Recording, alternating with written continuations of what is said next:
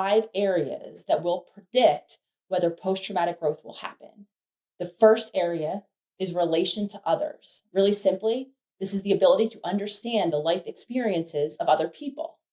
In order to heal from trauma, which often happens within our relationships, we need people who are safe and with whom we can find a sense of belonging. Humans were designed to exist in community. So accepting that we need others and finding healthy relationships where we can relate and feel supported will help heal those wounds. The second area is new possibilities. This is having the confidence to move forward by trying and doing new things. It's the willingness to be uncomfortable and have a beginner's mind, as if you're doing something for the first time, rather than completely shutting down the new things or by avoiding them altogether. Seeing other possibilities or a new way to live allows us to feel more in control of our experiences. This can look like finding a new interest, starting a new career, or taking a small risk in any area of your life. The third area is personal strength. This is the ability to accept reality and the determination to solve the problems around us. This means not getting stuck in perfectionism and allowing ourselves to make mistakes, accepting that life is challenging and that we can do difficult things. The fourth area, spiritual change.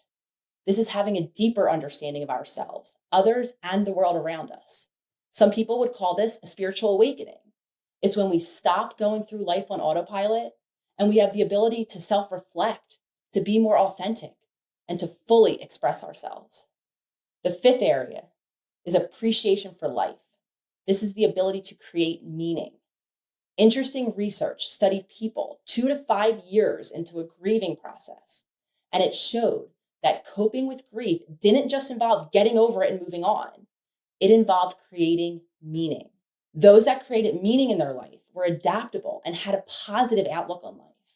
This tells us that when we process and allow ourselves to go through all of the emotions about whatever it was that happened or didn't happen to us, we can actually appreciate ourselves and what we've been through, rather than suppressing it or denying that it even happened.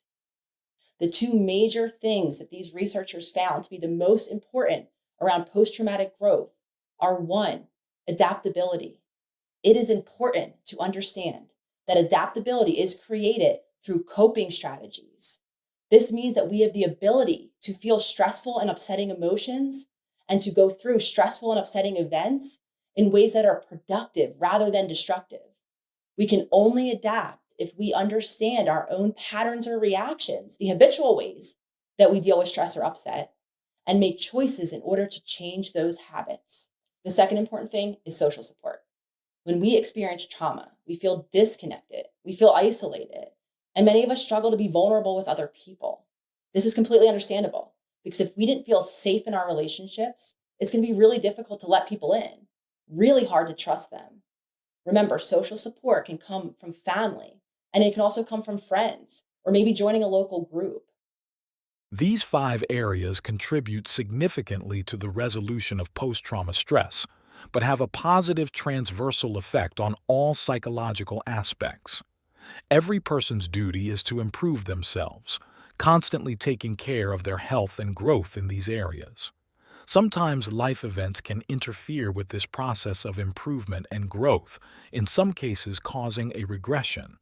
It is in this scenario that the mental health professional intervenes, using specific techniques to resolve these interferences.